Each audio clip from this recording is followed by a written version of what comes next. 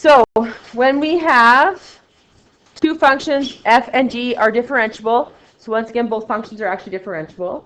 So they have to be continuous in order to be differentiable. Then f is differentiable, and the derivative of the quotient is this. So it shows you that you can go g f prime minus f g prime over g squared. I like writing it simply without the x's, just so it's a little less to remember. So I always go f over g prime equals g f prime minus f g prime over g squared.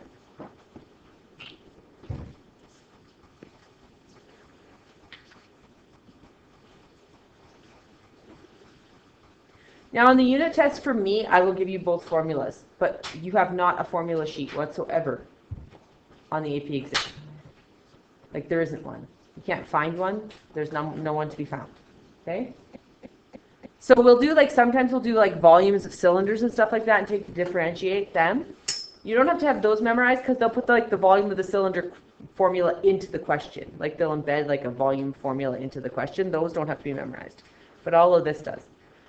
Okay, and then this just shows it as d over dx of f of x. So this is the different notations. This is saying if I take the derivative of f of x and I take the derivative of f over g of x, then it would be g, the derivative of f of x, minus f, the derivative of g of x. So whenever you see this little d over dx, it's attached to whatever follows behind it, and it just means the derivative of that with respect to x. So here's our first one. Now, I'd like to draw your attention to the back middle board, which once again I still have not erased. It's starting to get a little more erased from the side. But when I had x over x plus 3 there, the only way I could find the derivative of x over x plus 3 was doing Newton's first principles, the derivative, or the definition of a derivative, right? So you have to do that. You have to replace the x plus h's. So it's quite long, isn't it not? So when we go to do quotient rule, it's not going to be super short, but it's a little less complicated than putting in x plus h's and messing stuff up. Okay? So it's one or the other is what it would be. So how do we spot this? We say, hey, it's an f over a g. Then I immediately go off to the side and I write f prime. And then I go off to the side and I write g prime. So what is f prime? 2x. And what is g prime? Just 2. So it actually results in not as bad as things. Because degree 1 would become 2, and then the number would just go away. And now we just fill it into the formula. So we go y prime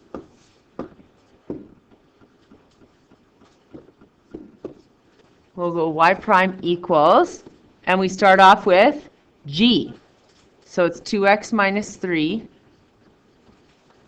times f prime, which is 2x, minus f, which is x squared plus 1, times g prime, which is 2, all over g squared. Never expand the bottom out, ever. So if we screw up the order of this, will it matter? If we do f g prime minus g f prime, will it matter? Yeah, you're subtracting the total opposite thing. So the order has to be correct. G f prime minus f g prime over g squared. Now what do we do next? Yeah, distribute the top and collect like terms. Remembering that this minus sign has to go to everything behind it, right?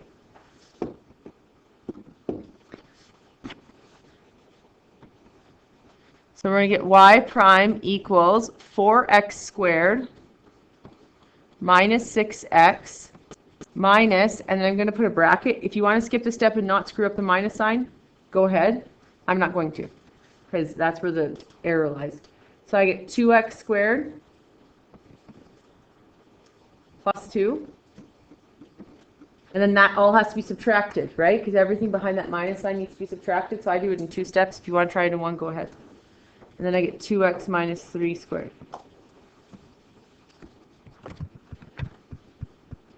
Everyone following so far?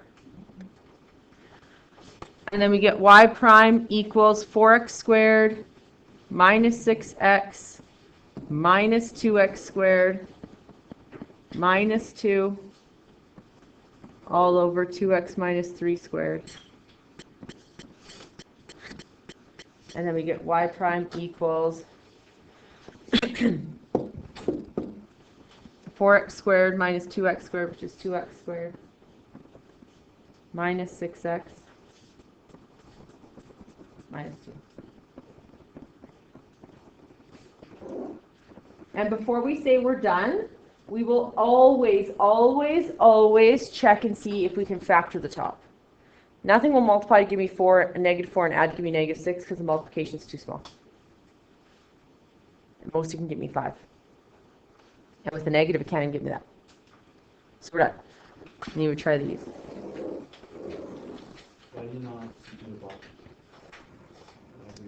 Because it's simplified. If you expand it, you're not simplifying it. Yeah. Like so I would say at the end, if you can factor this, you'd simplify it, right? And make it into factors. So you don't want to expand this out because it would do the opposite of simplifying. Yeah. Can you expand it out and then cross? No, because these are connected by plus or minus signs. So this whole thing can only cancel if the whole thing's on the block. Yeah.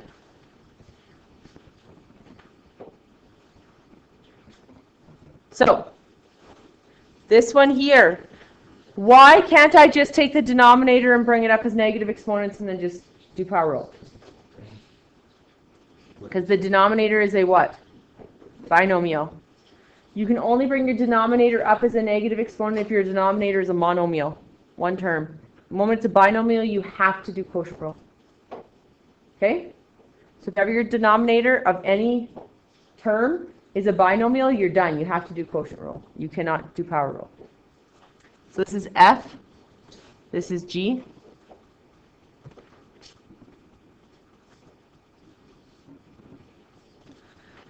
This is a nice one whenever you have one of them being a constant. Why is it nice if one of them is a constant? Because the derivative is 0. It's going to kibosh one of the sides. So F prime is 0. G prime is 2x plus 1.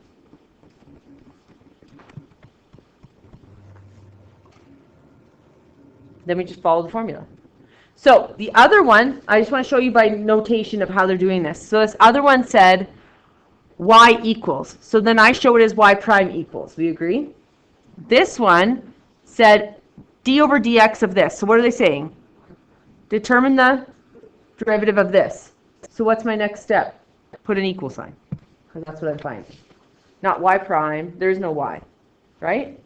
So if it says d over dx of this, okay, d over dx of this, well, the derivative of this equals g times f prime minus f times g prime over g squared. So if they just have d over dx, equal sign, boom, find the derivative. Because it's saying derivative of this equals that. Whereas the other one was y equals, so you have to put y prime. So here we're going to get g, x squared plus x, times f prime, which is 0. Look at that one. Gone. Minus f, which is 1, times g prime, which is 2x plus 1, all over g squared.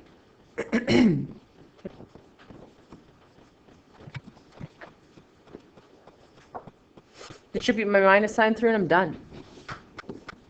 Negative 2x minus 1 over x squared plus x squared.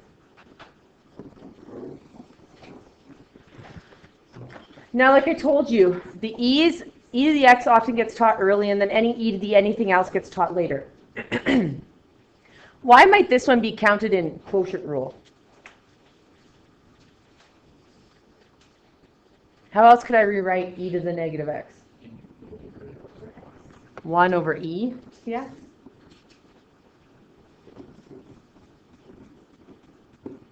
Why would we ever do that? If we're completely freaking lost and forget how to do e's. That's the only time you would do this. Because it's way longer. Right? If you immediately recognize, which is why I'm doing this over and over and over, if you recognize that this is e, which is a number to a variable exponent, what do? What are our steps? Yeah, d over dx of e to the negative x would equal, rewrite it, e to the negative x. Ln the base, ln e. Derivative of the exponent, -1. So it's going to be -1 e to the negative x, correct? Because ln e is just 1. And we're done. If you forget the rule, you could do quotient rule. This is f, this is g, f prime is 0, g prime is e to the x. So we would get g, which is e to the x, times f prime, which is 0, cancels, minus f, which is 1, times g prime, which is e to the x, over e to the x squared.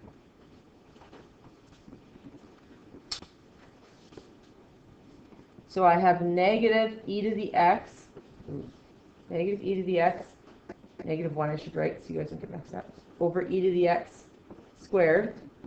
And then what can I do? These are multiplied, right? So I can cancel 1 e to the x off with 1 e to the x here. I'm left with -1 e to the x, which is -1 e to the negative x, which is substantially a heck longer. I just like going, hey, it's a numerical base to a variable exponent. Rewrite it. Ln the base. Multiply by the exponent of the derivative of the exponent.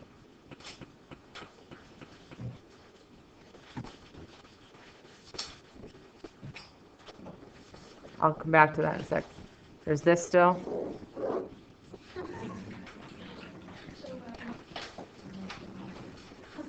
Then we're going to go move over. Maybe. Okay. These are just driving home power rule. Try them. A, B, and C. Go. And try and do them in the right format. Like I said, if you don't recognize these, you might drop the x to the 1 on the bottom and then do quotient rule. Could we do quotient rule for all of these? Yes, but it's g times f prime minus f times g prime over g squared, then canceling, then getting an answer. Or we can spot them and be like, hey, I can do power rule. Now this is the derivative of x to the -1. I just put an equal sign after it, right? So I drop the exponent in front, -1, x to the -2, and sometimes you'll see in the book that they'll drop the x to the bottom and make it positive.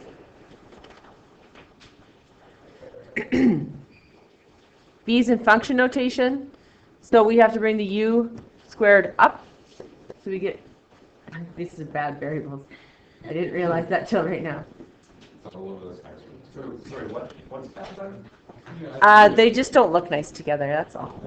They are all over the textbook. I don't know why is it like a funny joke? Like, was that the math humor that they got out of that textbook? Well, it's Dutch. Just kidding. Oh, it's recorded. And Dutch people are amazing. You know what? Well, your mom and I are best friends forever. Yeah. Not for life yet. Not for life. We're working on it. No, best friends for life. Instead of best friends forever. No, forever. You're still recording, by the way, so. Best friends forever, for life and eternity. It's the next one. If he died. It warms my heart. Okay, so f prime of u is going to be equal to -2u to the, and how else could we rewrite it to make it positive? -2 to the 3. I mean, to the -2 over u to the. Yeah, you were talking like me for a second there. That's tough. I get stuck sometimes. Yes?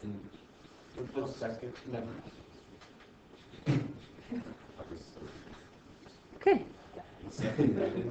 Are you talking about the -2? Why does it doesn't move? What is the second? You could just like keep on dropping the exponent down. Yeah. So you could do the second derivative, third derivative, fourth derivative, fifth derivative. And in order to find the second derivative, you have to have the first.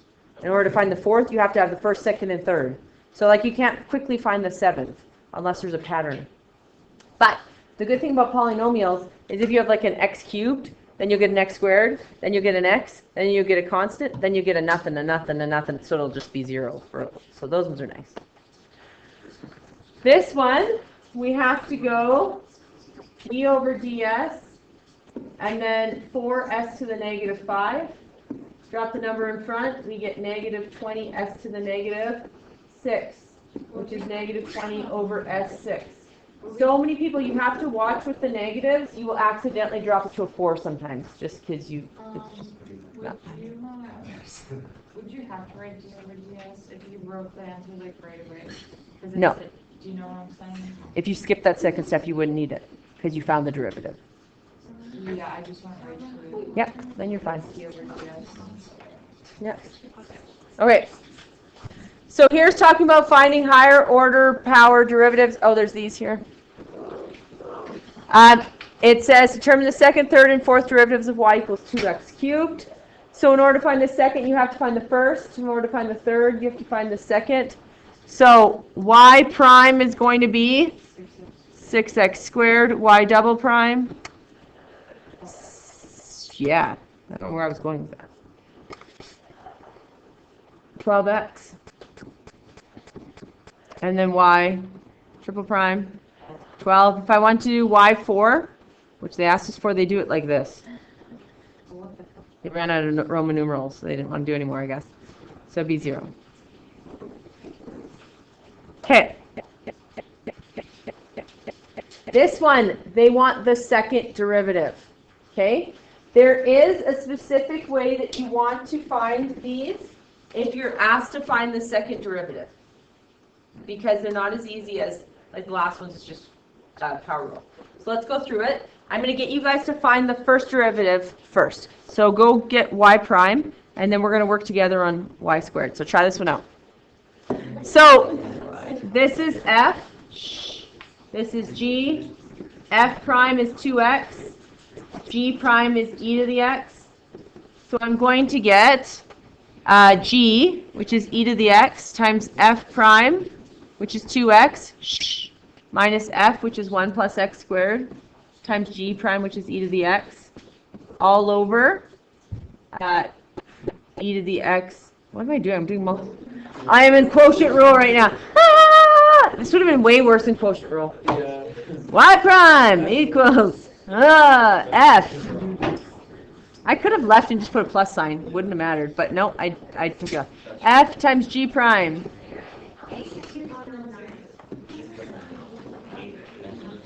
Okay, so I told you guys, this is why e to the x are so important that you take the GCF out for twofold. Next unit, we actually have to take out all the GCFs and get factors, and then the factors result in critical numbers, which result in our maxes and mins and points of discontinuity and stuff like that. For that reason. But two, whenever we have to find the next derivative, when we have a y like this, if we don't take an e to the x out, in order to find y2, we're going to have to do product rule plus a product rule. Like if you don't take an e to the x out, in order to find a derivative of this one, you have to do product rule plus product rule, which is way longer, correct? So what's better is to write it as e to the x bracket 1 plus x squared plus 2x, which in my insides don't go well with this. I get a tummy ache, so I'm going to rewrite it as x squared plus 2x plus 1, but it doesn't matter. If you leave it as just like that, it's fine. Okay? You can also write this as x plus 1 squared if you'd like. It would not be helpful to you right now because you'd have to use chain rule and you don't know how to do it. So I would leave it like this. So that's y prime. Y double prime. This is f. You Woo. jokes. Tricked it. Tricked it.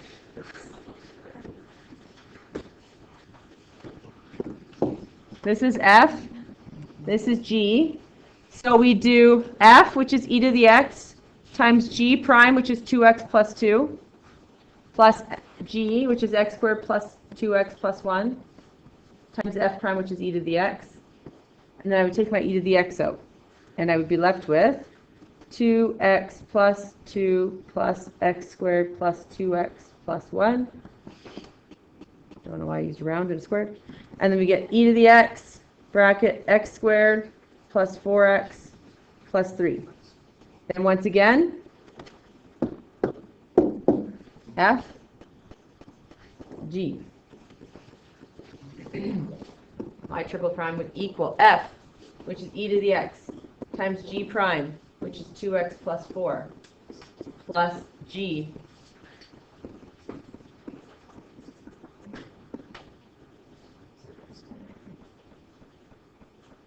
plus 3.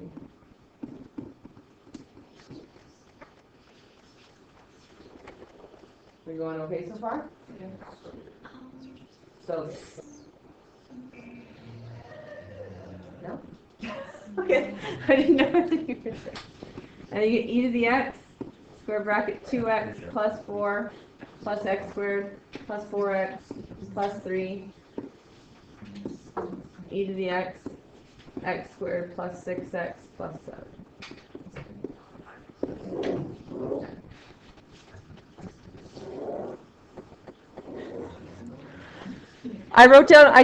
I did not write down. I typed up all the questions that fall in here online already. You can start working. You have some time. And we're finishing this example and trig derivatives tomorrow.